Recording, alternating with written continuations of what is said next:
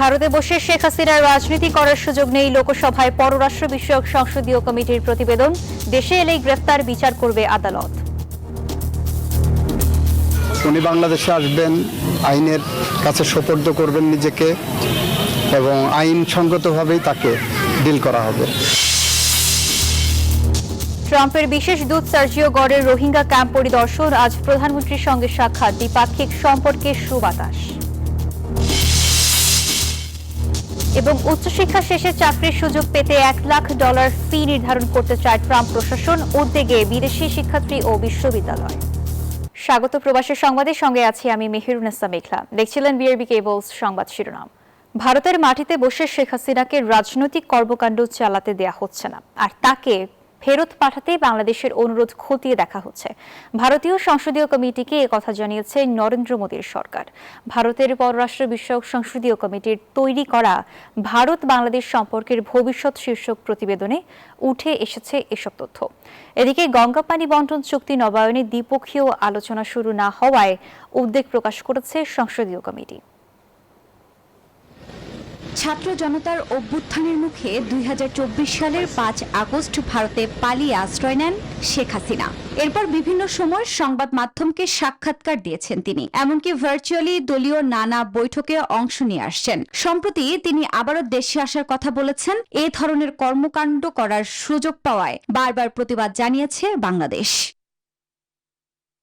ভারতের লোকসভায় পররাষ্ট্র বিষয়ক সংসদীয় কমিটি ভারত বাংলাদেশ সম্পর্কের ভবিষ্যৎ শীর্ষক প্রতিবেদন জমা দিয়েছে। এই কমিটির নেতৃত্বে রয়েছেন কংগ্রেস সাংসদ শশী থারুর। প্রতিবেদনে বলা হয়, ভারতের কেন্দ্রীয় সরকারের পক্ষ থেকে জানানো হয়েছে, বাংলাদেশের ছাত্র জনতার অভ্যুত্থানে ক্ষমতাচ্যুত শেখ হাসিনাকে প্রত্যাবর্তনের বিষয়ে ঢাকার অনুরোধ নয়াদিল্লি সংশ্লিষ্ট কর্তৃপক্ষ খতিয়ে দেখছে। সংসদীয় কমিটি বলেছে, চরম সংকট বা অস্তিত্বের হুমকির মুখে থাকা ব্যক্তিদের আশ্রয় দেওয়ার ভারতের মানবিক মূল্যবোধের অংশ হিসেবে শেখ হাসিনাকে সেখানে থাকার সুযোগ দেওয়া হয়েছে। এ অবস্থান অব্যাহত রাখারও সুপারিশ করেছে সংসদীয় কমিটি। তবে কোনো রাজনৈতিক প্ল্যাটফর্ম বা ভারতীয় ভূখণ্ড ব্যবহার করে শেখ হাসিনাকে রাজনৈতিক কর্মকাণ্ড চালানোর কোনো সুযোগ দেওয়া হয়নি বলেও জানানো হয়। 30 বছর মেয়াদী ভারত বাংলাদেশ গঙ্গা পানি বন্টন চুক্তির মেয়াদ চলতি বছরের ডিসেম্বরে শেষ হতে চলেছে। চুক্তিটির নবায়নের বিষয়ে এখনো আনুষ্ঠানিক দ্বিপক্ষীয় আলোচনা শুরু না হওয়ায় উদ্বেগ প্রকাশ করে সংসদীয় কমিটি। সেই সাথে বাংলাদেশিদের জন্য ভিসা কার্যক্রম স্বাভাবিক করার তাগিদ দেওয়া হয়েছে। আফরিন মৌ, নিউজ 24। দেশে এলেই গ্রেফতার হবেন শেখ হাসিনা, নেওয়া হবে আইনি ব্যবস্থা, আদালত বিচার করবে তার নিজস্ব বিবেচনায়। এসব কথা বলেছেন আইনমন্ত্রী মোহাম্মদ আসাদুজ্জামান। শুক্রবার সকালে ঝিনাইদহে এক অনুষ্ঠানে অংশ নেন তিনি। জানান, জুলাই সনদের ভিত্তিতেই আইন সংস্কার কমিশনের প্রস্তাবনা বাস্তবায়ন করা হবে। ঝিনাইদহের পুরাতন ডিসি কোর্ট চত্বরে শুক্রবার সকালে বৃক্ষমেলার উদ্বোধনী অনুষ্ঠানে যোগ দেন আইনমন্ত্রী আসাদুজ্জামান। উদ্বোধন শেষে আইনমন্ত্রী সাংবাদিকদের বলেন, শেখ হাসিনার মামলাগুলোর তদন্ত করে দোষীদের শাস্তি দেয়া হবে। উনি বাংলাদেশে আসবেন, আইনের কাছে সোপর্দ করবেন নিজেকে এবং আইনসঙ্গতভাবেই তাকে ডিল করা হবে। আইনমন্ত্রী বলেন, অন্তর্বর্তী সরকারের আমলে আইন সংস্কার কমিশন 133টি অধ্যাদেশ জারি করে, যার প্রায় সবগুলোই সরকার গ্রহণ করেছে। আইন সংস্কার কমিশনের প্রস্তাবনার আলোকেই 133টা অর্ডিন্যান্স অন্তর্বর্তীকালীন সরকারের সময় জারি করা হয় এবং সেই অর্ডিন্যান্সগুলোর মধ্য থেকে প্রায় সবগুলোই আমরা কিন্তু সেই সংস্কারগুলো গ্রহণ করেছি। একই কর্মসূচিতে পর্যটন প্রতিমন্ত্রী বলেন, দেশের পর্যটন খাতে দেশি বিদেশি পর্যটকদের আকৃষ্ট করতে মহাপরিকল্পনা গ্রহণ করা হয়েছে। পর্যটন খাতকে কিভাবে আকৃষ্ট করা যায় জনগণের কাছে এবং বিদেশি পর্যটকদের কাছে, সে ব্যাপারে আমরা একটা মহাপরিকল্পনা হাতে নিয়েছি। কক্সবাজার সমুদ্র সৈকতকে আন্তর্জাতিক মানের করতে সরকার কাজ করছে বলেও জানান পর্যটন মন্ত্রী। সেটাকে আমরা যদি সুসজ্জিত করতে পারি। Desk report, news 24। পিপিপি মডেলেও হয়। মার্কিন প্রেসিডেন্ট ডোনাল্ড ট্রাম্পের বিশেষ দূত সার্জিও গরের সফরে উঠে এসেছে দ্বিপাক্ষিক সম্পর্ক জোরদারের ইতিবাচক বার্তা। 3 দিনের সফরের শেষ দিনে আজ সকালে তিনি সৌজন্য সাক্ষাৎ করবেন প্রধানমন্ত্রী তারেক রহমানের সঙ্গে। দ্বিতীয় দিনে তিনি কক্সবাজারে রোহিঙ্গা ক্যাম্প পরিদর্শন করবেন। বাংলাদেশ সফরের দ্বিতীয় দিনে কক্সবাজারে মার্কিন প্রেসিডেন্ট ডোনাল্ড ট্রাম্পের বিশেষ দূত সার্জিও গর সঙ্গে ঢাকায় নিযুক্ত মার্কিন রাষ্ট্রদূত ব্রেন ক্রিস্টেনসেন পরিদর্শন করেন রোহিঙ্গা ক্যাম্প। উখিয়ার বিভিন্ন ক্যাম্প ঘুরে দেখেন তারা, পর্যবেক্ষণ করেন রোহিঙ্গাদের বর্তমান জীবনযাত্রা, মানবিক সহায়তা কার্যক্রম সহ সার্বিক পরিস্থিতি। মার্কিন যুক্তরাষ্ট্র সবসময় এখানে এক নম্বর দাতা দেশ হিসাবে কাজ করে আসছে। কিভাবে খরচ হয় ওনারা নিজ চোখে দেখতে এসেছেন এবং ওনারা দেখে সন্তোষ প্রকাশ করেছেন এবং উনি বাংলাদেশের উপর কিরকম বিরূপ প্রভাব পড়ছে এটাও জিজ্ঞাসা করলেন। তো আমি বুঝিয়ে বললাম। সার্জিও গরের সফরে দ্বিপাক্ষিক সম্পর্কে ইতিবাচক বার্তা সামনে আসছে। প্রথম দিনেই পররাষ্ট্রমন্ত্রী ডক্টর খলিলুর রহমানের সঙ্গে বৈঠক করেন, যেখানে উঠে আসে ব্যবসা বাণিজ্য ও জ্বালানি খাত সহ বিভিন্ন ইস্যু। আমরা বাংলাদেশের সঙ্গে যুক্তরাষ্ট্রের সম্পর্কে বিভিন্ন দিক আলোচনা করি। দুজনের বৈঠকের সময় জানা যায় বাংলাদেশকে আগের চেয়ে আরও নিরাপদ মনে করছে যুক্তরাষ্ট্র। ভ্রমণ সতর্কতার মাত্রা লেভেল 3 থেকে লেভেল 2 এ নামিয়ে আনা হয়েছে। এর মধ্য দিয়ে বিগত 6 মাসে দেশের আইন শৃঙ্খলা পরিস্থিতির দৃশ্যমান অগ্রগতির স্বীকৃতি এসেছে বলে মনে করছে সরকার। সফরের শেষ দিন প্রধানমন্ত্রী তারেক রহমানের সঙ্গে সৌজন্য সাক্ষাৎ করবেন ট্রাম্পের দক্ষিণ ও মধ্য এশিয়া বিষয়ক বিশেষ দূত সার্জিও গর। তার এই সফর আগামীতে বাংলাদেশ ইস্যুতে যুক্তরাষ্ট্রের নীতি নির্ধারণে বিশেষ ভূমিকা রাখতে পারে বলে মনে করা হচ্ছে। আল মোহাম্মদুল খান, নিউজ 24। যুক্তরাষ্ট্রে উচ্চশিক্ষা শেষে চাকরির সুযোগ পেতে বিদেশি শিক্ষার্থীদের জন্য $1,00,000 ফি আরোপের পরিকল্পনা করছে ডোনাল্ড ট্রাম্প প্রশাসন। স্থানীয় সময় বৃহস্পতিবার দি ওয়াল স্ট্রিট জার্নাল জানায়, ট্রাম্প প্রশাসন অপশনাল প্র্যাকটিক্যাল ট্রেনিং ওপিটি কর্মসূচির সঙ্গে এই ফি যুক্ত করার বিষয়টি বিবেচনা করছে। প্রস্তাবটি বাস্তবায়িত হলে বিদেশি শিক্ষার্থী আকর্ষণে নির্ভরশীল মার্কিন বিশ্ববিদ্যালয়গুলোর পাশাপাশি আন্তর্জাতিক স্নাতকদের প্রযুক্তিগত পদে নিয়োগ দেয়া সিলিকন ভ্যালি ও ওয়াল স্ট্রিটের বিভিন্ন প্রতিষ্ঠানের ওপরও এর প্রভাব পড়তে পারে। প্রতিবেদনে আরও বলা হয়, নতুন ওপিটি ফি আরোপের প্রস্তাবটি এখনও যুক্তরাষ্ট্রের হোমল্যান্ড সিকিউরিটি বিভাগে আলোচনার পর্যায়ে রয়েছে।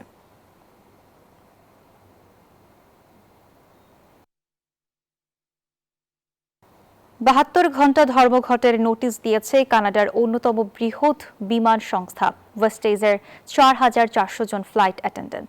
ইউনিয়নের দাবি, দায়িত্ব পালনের পরও কাজের জন্য ফ্লাইট অ্যাটেন্ডেন্টদের পারিশ্রমিক দেওয়া হয় না।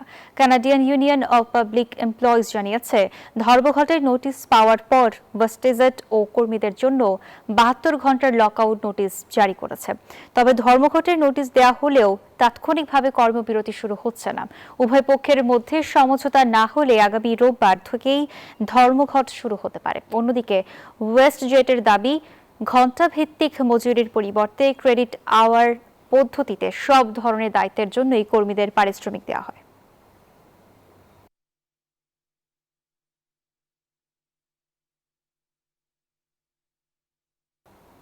জঙ্গি সন্দেহে পশ্চিমবঙ্গের পূর্ব বর্ধমান থেকে 23 বছর বয়সী হামিম মণ্ডলকে গ্রেফতার করেছে রাজ্য পুলিশের স্পেশাল টাস্ক ফোর্স এসটিএফ। বৃহস্পতিবার আটক হওয়া ওই ব্যক্তি নিষিদ্ধ জঙ্গি সংগঠন জৈশ-ই-মোহাম্মদের সক্রিয় সদস্য বলে দাবি এসটিএফের। তার বিরুদ্ধে মুখ্যমন্ত্রী শুভেন্দু অধিকারীর ওপর হামলার পরিকল্পনার অভিযোগ আনা হয়েছে। তদন্তকারীদের দাবি, তার কাছে মুখ্যমন্ত্রীর সফরসূচি, যাতায়াত ও নিরাপত্তা সংক্রান্ত সংবেদনশীল তথ্য ছিল। তবে এসব অভিযোগ এখনও তদন্তাধীন। শুক্রবার তাকে আদালতে হাজির করা হলে 14 দিনের পুলিশ হেফাজতের নির্দেশ দেওয়া হয়।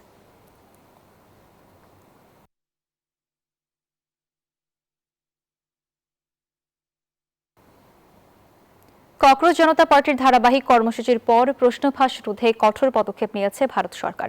ব্যাপক সংস্কারের দাবিতে বিক্ষোভের মুখে শিক্ষামন্ত্রীর পদত্যাগের পর পার্লামেন্টে প্রশ্নপত্র ফাঁসের শাস্তি বাড়ানোর একটি বিল পাশ হয়েছে।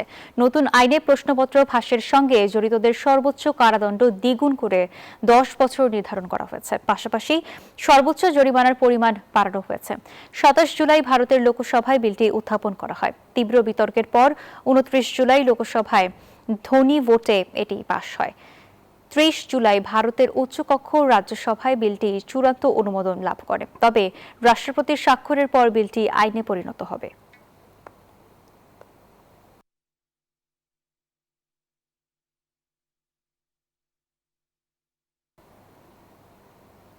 জর্ডানের রাজধানী আম্মানে নিউজ 24 এর 11তম জন্মবার্ষিকী পালন করেছেন প্রবাসী বাংলাদেশিরা। বস্তুনিষ্ঠ সংবাদের জন্য বাংলাদেশের কোটি মানুষের প্রিয় টিভি চ্যানেল নিউজ 24 প্রবাসীদের মধ্যেও বেশ জনপ্রিয়তা লাভ করেছে।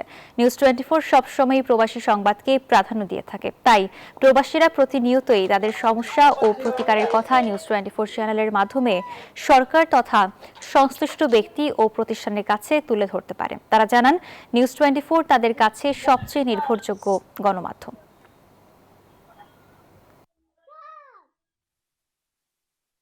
নিউজ 24 শুভ জন্মদিন, আগামীর পথ চলা শুভ হোক। নিউজ 24 আমরা সবসময় প্রবাস থেকে আশাবাদী, আমাদের দুঃখ সুখের কথাগুলো সবসময় সম্প্রচার করে। মালয়েশিয়ার রাজধানী কুয়ালালামপুরের তামান মেলওয়াতিতে সুরাও আল ফাতিহা কমিটির উদ্যোগে এক ধর্মীয় ভাবগাম্ভীর্যপূর্ণ তাফসির মাহফিল অনুষ্ঠিত হয়েছে।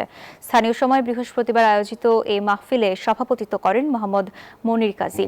অনুষ্ঠানের সার্বিক সহযোগিতায় ছিলেন শাইখ জাফরুল্লাহ চৌধুরী। অনুষ্ঠানে প্রধান আলোচক হিসেবে বক্তব্য দেন কুষ্টিয়া জেলার সংসদ সদস্য মুফতি আমির হামজা। বিশেষ আলোচক হিসেবে উপস্থিত ছিলেন মাওলানা মিসবাহ উদ্দিন সহ আরও অনেকে। আলোচনায় ইসলামের শিক্ষাসহ পরিবার ও সমাজ জীবনে ইসলামী আদর্শ অনুসরণের গুরুত্ব তুলে ধরা হয়। অনুষ্ঠানের শেষে বিশ্বের মুসলিম উম্মার শান্তি কামনায় মোনাজাত করা হয়।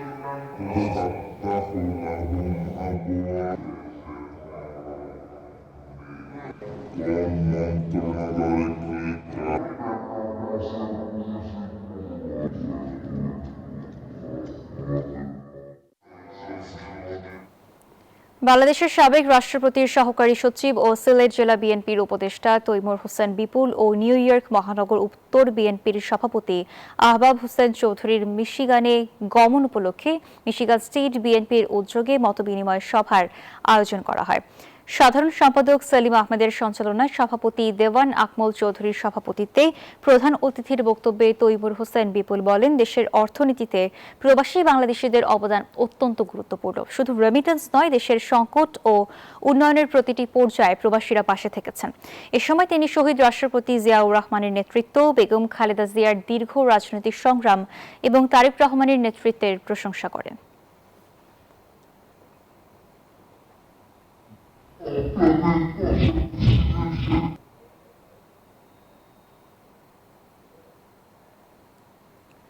সৌদি আরব রিয়াদ বাংলাদেশ দূতাবাস অনুমোদিত প্রবাসী সেবা কেন্দ্র ইডিসি এর প্রধান কার্যালয়ে বাথাই গণমাধ্যম কর্মীদের মতবিনিময় সভা অনুষ্ঠিত হয়েছে। এডিসির মার্কেটিং ডিরেক্টর রোটেরিয়ান জাহাঙ্গীর আলম হৃদয় এর সঞ্চালনায় আয়োজিত সভায় কেন্দ্রের প্রধান নির্বাহী কর্মকর্তা আবু সাইদ মোহাম্মদ তারিক গেল 10 বছরে প্রবাসী সেবায় কি করা হয়েছে তা তুলে ধরেন। তিনি জানান, রিয়াদ বাংলাদেশ দূতাবাসের সার্বিক তত্ত্বাবধানে এই পর্যন্ত 15 লাখের বেশি প্রবাসী বাংলাদেশিকে পাসপোর্ট সার্ভিস সহ বিভিন্ন বিষয়ে সেবা দেওয়া হয়েছে। এ সময় উপস্থিত ছিলেন প্রতিষ্ঠানের সহকারী মার্কেটিং অফিসার শওকতুল্লাহ রিপন, সহকারী অফিসার আব্দুল্লাহ ফুয়াদ সহ কর্মচারীরা।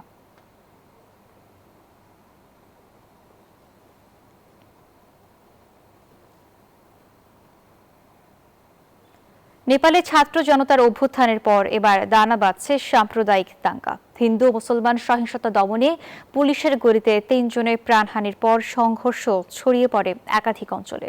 এরপরে কয়েকটি এলাকায় অনির্দিষ্টকালের জন্য কারফিউ বা সান্ধ্য আইন জারি করে প্রশাসন। এছাড়াও সংঘর্ষ বন্ধে জাতীয় ঐক্যের ডাক দেন দেশটির সরকার প্রধান বালেন শাহ। ছড়িয়ে আছে যানবাহনের ধ্বংসাবশেষ, আশপাশের বহুতল ভবনেও স্পষ্ট প্রতিহিংসার ছাপ। হিন্দু ও মুসলিম সম্প্রদায়ের সংঘর্ষে উত্তপ্ত নেপালের দক্ষিণাঞ্চলীয় জেলা সুনসারের চিত্র এটি। ঘটনার সূত্রপাত সুনসারি জেলায় হিন্দু ধর্মীয় শোভাযাত্রাকে কেন্দ্র করে। শোভাযাত্রায় উচ্চস্বরে গান বাজানো এবং ধর্মীয় পতাকা নিয়ে দুই সম্প্রদায়ের বিরোধ দমনে কঠোর অবস্থান নেয় পুলিশ। পরিস্থিতি নিয়ন্ত্রণে গুলি চালালে হতাহতের ঘটনা ধরে ফের উত্তপ্ত হয়ে ওঠে পরিস্থিতি। এমন পরিস্থিতিতে দেশটির সুনসারি জেলা থেকে শুরু সহিংসতার উত্তাপ ছড়ায় সিরাহা, বীরগঞ্জ এবং সর্বশেষ সপ্তরী জেলায়। নিরাপত্তা বাহিনীর কড়া নজরদারিতেও থেমে নেই বিক্ষোভ, অগ্নিসংযোগ ও ভাঙচুর। এতে বিভিন্ন এলাকায় অনির্দিষ্টকালের জন্য কারফিউ জারি করা হয়েছে। এদিকে মার্চে দায়িত্ব নেয়ার পর প্রথমবারের মতো জাতির উদ্দেশ্যে ভাষণ দিয়ে প্রধানমন্ত্রী বালেন শাহ সব পক্ষকে শান্ত থাকার আহ্বান জানান। अवस्था थप नबिग्रियोस् कुनै पनि পরিস্থিতি যেন আর অবনতি না হয় সেজন্য সরকার সর্বোচ্চ চেষ্টা চালিয়ে যাচ্ছে। একই সঙ্গে সব দলের সঙ্গে বৈঠক, ধর্মীয় নেতা, সুশীল সমাজ ও স্থানীয় প্রতিনিধিদের সঙ্গে ধারাবাহিক সংলাপ চলছে। गहन छलफल गरिएको छ। ভারত সীমান্তবর্তী এসব এলাকায় উত্তেজনা প্রশমিত না হওয়ায় প্রশাসন নিরাপত্তা ব্যবস্থা আরও জোরদারের ঘোষণা দিয়েছে। নীরব দাস, নিউজ 24। ঢাকা উত্তর সিটির বিভিন্ন এলাকার বর্জ্য ব্যবস্থাপনা, সবুজায়ন, পানি নিষ্কাশন ব্যবস্থা ও সার্বিক পরিস্থিতি পরিদর্শন করেছেন প্রধানমন্ত্রী তারেক রহমান। শুক্রবার বিকেলে তিনি মিরপুর উত্তরা, মহাখালী, ফার্মগেট, মানিক মিয়া এভিনিউ, কাকুলি ও বনানী এলাকায় যান। সঙ্গে ছিলেন স্থানীয় সরকার প্রতিমন্ত্রী মীর শাহে আলম ও ঢাকা উত্তরের প্রশাসক শফিকুল ইসলাম। প্রধানমন্ত্রী নিজেই গাড়ি চালিয়ে এসব এলাকা ঘুরে দেখেন, সমস্যা চিহ্নিত করেন বিভিন্ন স্থানে। কিছু বিষয়ে অসন্তোষ জানিয়ে দ্রুত ও কার্যকর ব্যবস্থা নেওয়ার নির্দেশ দেন সরকার প্রধান।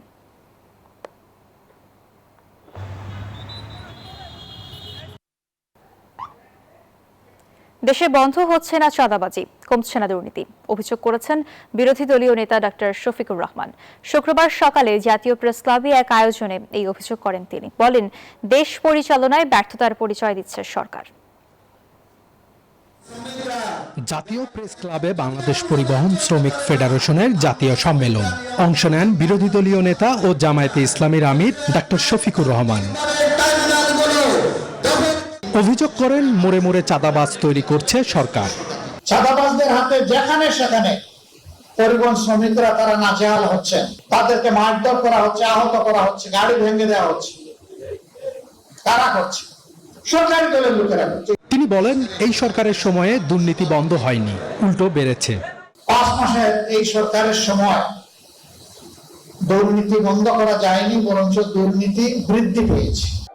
জনগণের আকাঙ্ক্ষা পূরণে ব্যর্থ হলে পরিণতি হবে ভয়াবহ, হুঁশিয়ারি জানান বিরোধী দলীয় নেতা। জনগণের আকাঙ্ক্ষার বিপরীতে চললে এদেশের জনগণ এবং আমরা কাউকে ছেড়ে দিয়ে কথা বলবো না। শাহনুর রহমান, নিউজ 24, ঢাকা। আল্লাহ রাব্বুল আলামিন আমাদের গলা চেপে 70 ঊর্ধ্ব দাদিকে হত্যা করল নাতি। হত্যার ভয়ঙ্কর দৃশ্য ধরা পড়েছে সিসিটিভির ক্যামেরায়। ঘাতককে গ্রেফতার করেছে পুলিশ। ধারণা করা হচ্ছে টাকা ও গয়নার জন্যই এই হত্যাকাণ্ড। এমন ঘটনা ঘটেছে রাজধানীর উত্তরার দক্ষিণ খান এলাকায়।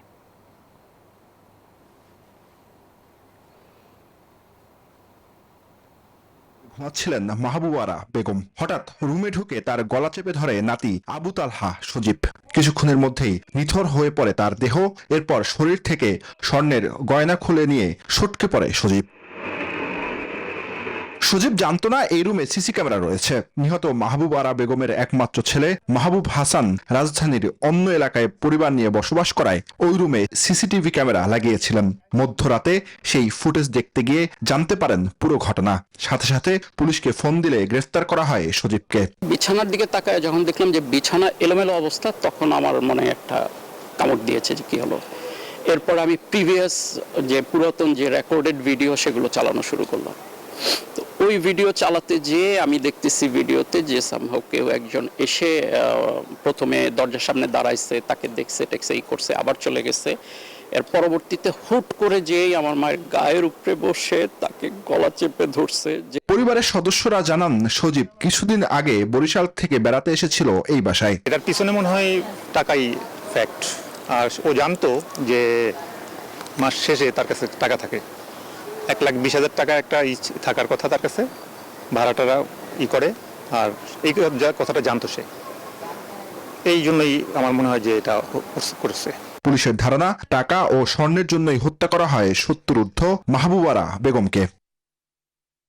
যে টাকা পয়সা দাবি করছিল, মানে আত্মীয়ের মধ্যে মনে হয়, ঠিক আছে। ভিডিও ফুটেজ সবকিছু পাওয়া গেছে, ঠিক আছে। আমরা এটা তো উদ্ধার হয়েছে, আর এটা মানে কিছু মানে আপনার এভিডেন্স পাওয়া গেছে, এভিডেন্স ক্রস চেক করা হয়েছে। এই ঘটনার সঙ্গে আর কেউ জড়িত রয়েছে কিনা সে বিষয়টিও তদন্ত করছে পুলিশ। জুবাইর সানি, নিউজ 24, ঢাকা। যে কোনো যৌক্তিক বিষয়ে তারেক রহমানের গঠনমূলক সমালোচনা করা হবে। এই সমালোচনা গ্রহণ করার মানসিকতা যদি না থাকে তাহলে এখন থেকেই সেই মানসিকতা তৈরি করার আহ্বান জানান জাতীয় নাগরিক পার্টি এনসিপির উত্তরাঞ্চলের মুখ্য সংগঠক সার্জিস আলম। সিলেটের গোয়াইনঘাটে এনসিপির জুলাই পদযাত্রা উপলক্ষে আয়োজিত পথসভায় তিনি এসব কথা বলেন। এ সময় তিনি আরো বলেন, শেখ হাসিনাকে নিয়ে সমালোচনা করা যাবে না, এরকম ব্ল্যাঙ্ক চেক দিয়ে তাকে স্বৈরাচার বানানো হয়েছে। তারেক রহমানকে এরকম ব্ল্যাঙ্ক চেক দেয়া হবে না। এছাড়াও মন্ত্রী আরিফুল হককে উদ্দেশ্য করে তিনি বলেন, সিলেটের গোয়াইনঘাটের তরুণ সমাজ মাদকে ধ্বংস হয়ে যাচ্ছে। জনশক্তির ব্যবসা করে লাভ নাই, এই এলাকার তরুণদের চাকরি দরকার। আমরা মনে করি যে কোনো একজন ব্যক্তি, যে কোনো একটা দল ক্ষমতার যে কোনো চেয়ারকে যখনই আমরা প্রশ্ন করা বন্ধ করে দিব, তখন থেকে ওই ব্যক্তি স্বৈরাচারের পথে হাঁটা শুরু করবে। আর এই ছিল প্রবাসের সংবাদের সঙ্গে থাকার জন্য ধন্যবাদ।